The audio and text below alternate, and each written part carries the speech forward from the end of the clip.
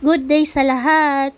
For today's video, mapapanood nyo po kung ang paraan namin ng pagluluto para kay Nabarako sa aming 14 fur babies. Kung paano po namin sila ipaghanda ng kanilang pagkain. Simpleng pagkain pero po ganadong-ganado pa rin silang kumain. At ayan, kung makikita nyo po, meron akong kalabasa at okra. Hinihiwa-hiwa ko lang po ng maliliit yung okra para nga po madaling maluto at madaling makain ng aming mga bulilit. Next po, ayan naman, kalabasa. Binabalatan ko po yung kalabasa kasi ayoko pong ipakain sa kanila ng may balat. At hihiwa-hiwain ko rin po ng maliliit yung kalabasa para po madali siyang lumambot. At paborito po yan ni na Solo, yung kalabasa. Kahit ayan lang po yung ipakain ko sa kanila, okay na okay kay Solo.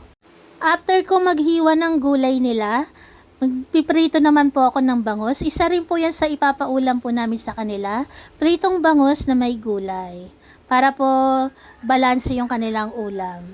At habang piniprito ko po yung kanilang isda, ayan, huhugasan ko naman po yung okra at kalabasa nila. Kung makikita nyo po, napakaganda ng kulay ng okra at kalabasa kapag pinagsama. Fresh na fresh sa paningin natin.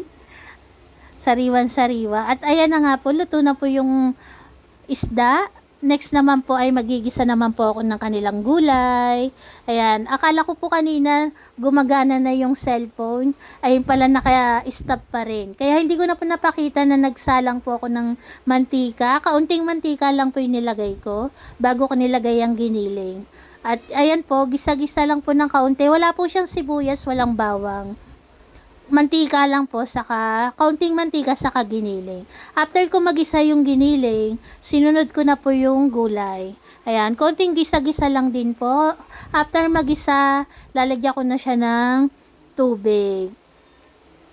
Ayan, ganyan karami lang po yung tubig na nilagay ko.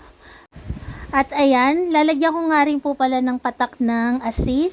Iodized salt po yung nilagay ko, kaunting iodized salt. Gawa nga po ng meron nagsabi na maganda pa rin po kahit patak lang ng asin, lagyan namin. After ko malagyan, tinakpan ko po muna, balikan na lang natin pagluto na siya. At ayan na nga po, luto na po ang kanilang gulay. At ngayon po mapapanood nyo po sa susunod na video na to, ang kanilang pagkain po. Kung gaano sila kagana sa simpleng ulam na yan. Ayan, kainan time na po. Makikita nyo pa nag-iintay lang sila. Kahit nakalapag yung pagkain, hindi ginagalaw ng 3 bulilit. Ayan po sila. Ang papapay na nila ang mag-aahit. Talagang tutok lang po sila sa ginagawa ng kanilang papapernan. Ayan po. Barak, dito ka nakapwesto mo, Barak.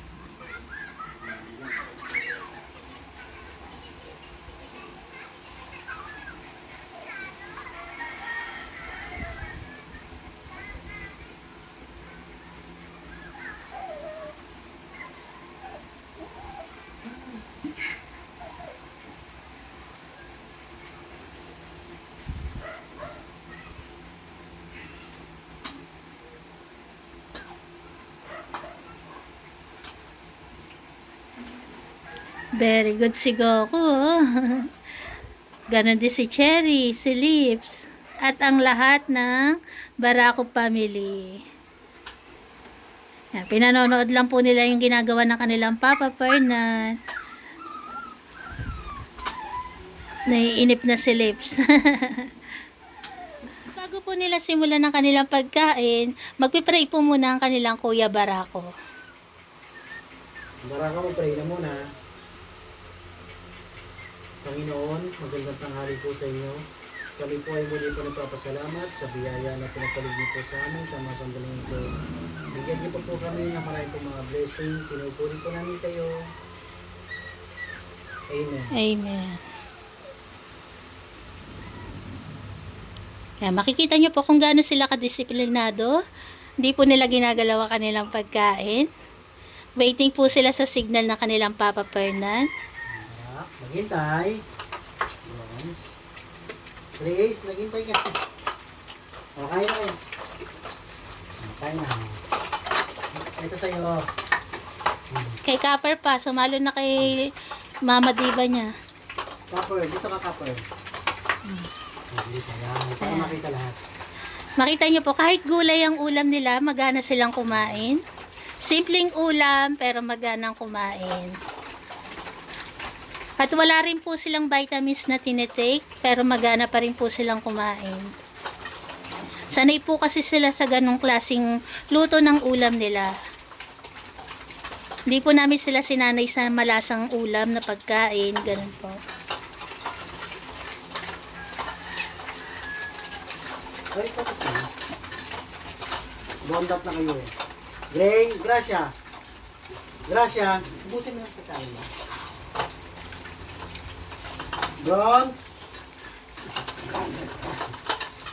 Ayan, si Barako po, kung mapapansin nyo, si Barako at si Milky, medyo mabagal po silang kumain. Gawa nga po ng merong nag-hit sa Barako family. Ayun po si Grace at si Gracia. Kaya po mabagal silang kumain kasi yung isip po nila na kay Grace at Gracia. Hoy, Kaya ganyan po sila. Maigi na lang po kahit paano kumakain sila. Kasi yung iba pong aso, kapag may nag-hit, ayaw po talagang kumain, kundi nakatutok lang sa babaeng binabantayan nila. At ayan po ang kanilang simpleng tanghalian. Salamat po sa makaka-appreciate ng aming simpleng video. God bless po sa ating lahat. Pugay kamay. God bless. At pahabol po sa inuminan po nila, nandito po sa isang tabi yung kanilang inuminan. Hindi na po namin iginigit na yung inuminan nila sa pagkain nila kasi po hindi naman po sila nakatali sa loob ng bahay.